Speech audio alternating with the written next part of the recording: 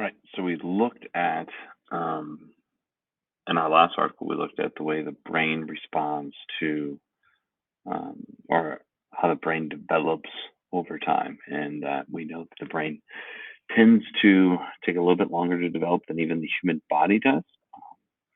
Part of that is the fact that we're learning to use our emotions later. Testosterone is entering into the brain, causing that to develop. Um, and estrogen as well, hormones just in general are causing the brain to develop at a little bit slower rate. That means that our impulse control is a little bit slower, to make it even more difficult. Looking at the brain again, this isn't going to come right out and say, hey, this is how the brain is affected in sports. This is how brains are affected with children's dreams. This is about the brain.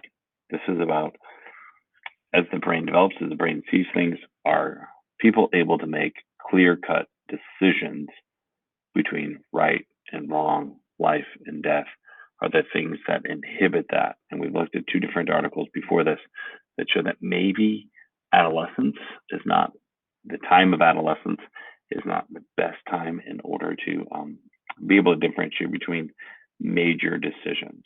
Okay.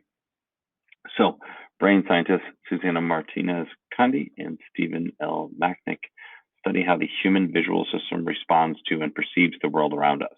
Okay, so it's how we visually see everything. We're going to look specifically with magic. They see science at work behind magicians' techniques. A good magician relies on the inner workings of the brain to create all kinds of sensory illusions. By studying how these tricks work, scientists are learning more about the brain. Their work has led them to start a new area of science they call neuromagic. Now, they're going to look at how magicians and magic affect the brain, but we are specifically going to look at how does the world around us affect the brain? What is this showing us about the world around us and how it affects the brain and how we see the world around us? Okay, so um, as you read, think about the term neuromagic and its usefulness as a new field of scientific study. Write down any questions you may have during reading. Um, the spotlight shines on the magician's assistant. The woman in the tiny white dress is a luminous beacon of beauty radiating from the stage to the audience. The great Tamsani announces he will change her dress from white to red. On the edge of their seats, the spectators strain to focus on the woman burning her image deep into their retinas. Tamsani claps his hands, and the spotlight dims even ever so briefly before reflaring in a blaze of red. The woman is awash in a flood of redness. Whoa, just a moment there. Switching color with the spotlight is not exactly what the audience had in mind. The magician stands at the side of the stage, looking pleased at his little joke. Yes, he admits it was a cheap trick. His favorite kind. He explains devilishly. But you have to agree, he did turn her dress red, along with the rest of her. Please indulge him and direct your attention once more to this beautiful assistant as he switches the lights back on for the next trick. He claps his hands and the lights dim again. Then the stage explodes in a supernova of whiteness. But wait, her dress really has turned red. The great Tom Sani has done it again. The trick and its explanation by John Thompson, aka the great Tom Sani, reveal a deep intuitive understanding of the neural processes taking place in the spectators' brains, the kind of understanding that we neuroscientists can appropriate for our own scientific benefit. Here's how the trick works. As Thompson introduces his assistant, her skin tight white dress wordlessly lures the spectators into assuming that nothing, certainly not another dress, could possibly be hiding under the white one. That reasonable assumption, of course, is wrong. The attractive woman in her tight dress also helps to focus people's attention right where Thompson wants it, on the woman's body. The more they stare at her, the less they notice the hidden devices in the floor, and the better adapted their retinal neurons become to the brightness of the light and the color they perceive. So the entire time, the focus is on the assistant because that's where they want it. She's intentionally dressed in a tight dress. She's intentionally in a white dress with a black background. She's intentionally drawing your attention so that your brain is fooled into only watching her and thinking, well, nothing could possibly change because I'm only watching her. So the entire time you're thinking, I've got this under control, and in reality, your brain doesn't have it under control.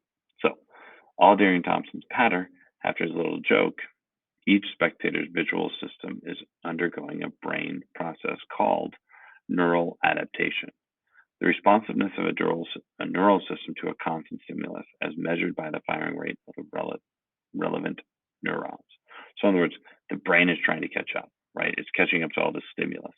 We already know that the teenage brain has trouble adapting to stimulus. In fact, we like to stay on things that stimulate us, or teenagers like to stay on things that stimulate them and focus their attention more and more and more. Well, that neural system decreases with time. So the longer you stare at something, the slower it tends to move. Okay. It is as if neurons actively ignore a constant stimulus to save their strength for signaling that a stimulus is changing. So your brain is looking for new things to stimulate it right away. Once okay, this is normal. I'm used to this. You're looking for new things to stimulate. Well, teenagers look even more.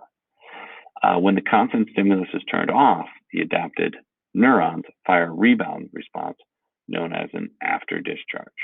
So, in other words, the brain is rethinking and holding on to new information, but it's also holding on to old information, and it just makes it a constant. In this case, the adapting stimulus is the red lit dress. And Thompson knows that the spectator's retinal neurons will rebound for a fraction of a second after the lights are dimmed. The audience will continue to see a red after image in the shape of the woman. During that split second, a trapdoor in the stage opens briefly, and the white dress, held only lightly in place with fastening tape and attached to invisible cables leading under the stage, is ripped from her body. Then the lights come back up. So as the lights are off, the dress is literally torn off of her. Okay, there's cables attaching it. Everything's invisible. It's only a brief second. Well, we still see a red dress in our brain because even if you close your eyes right now, you can see an image of the image you just saw, or you see light around you. Light's not coming through your eyelids necessarily. It's just that your brain is adapting and seeing things around it. Okay. So two other factors help to make the trick work. First, the lighting is so bright just before the dress comes off that when it dims, the spectators cannot see the rapid motions of the cables and the white dress as they disappear underneath the cable. The same temporary blindness can overtake you when you walk with a sunny street into a dimly lit shop. Second, Thompson performs the real trick only after the audience thinks it is already over. That gains him an important cognitive advantage. The spectators are not looking for a trick at the critical moment, and so they are slightly relaxed their scrutiny. Think about it. You were already looking for a trick to change. Well, you were looking for something new. You're looking for something new. You're looking for something new. Well, a new thing happened when you weren't looking. That's the whole thing. And even more so for the teenage brain, because this is an adult brain they're thinking. But the idea is that if your brain is still reacting to stimulus at a greater level, you're going to focus on that stimulus and on something new. Okay. So, in other words, if you look up here on the visual illusions, an illusion created by an image like this one often induces a false sense of flowing movement. So it looks like everything's spinning here. If you look at this image right here, um, and the concentric rings start at the center dot in the picture. But does the illusion originate in the mind or the eye? The evidence was conflicting until the authors and their colleagues showed in October that the illusory motion is driven by microsaccades, small involuntary eye movements that occur during visual fixation. Knowing the roles of eyes and mind and magic can be used as experimental tools. Neuroscience. Okay, so again, even as you look at just this dot, there can be a visual sensation that things are moving, even though they're not. They're not actually moving, but your brain may see differently. Okay. All right, so we'll continue here in just one moment.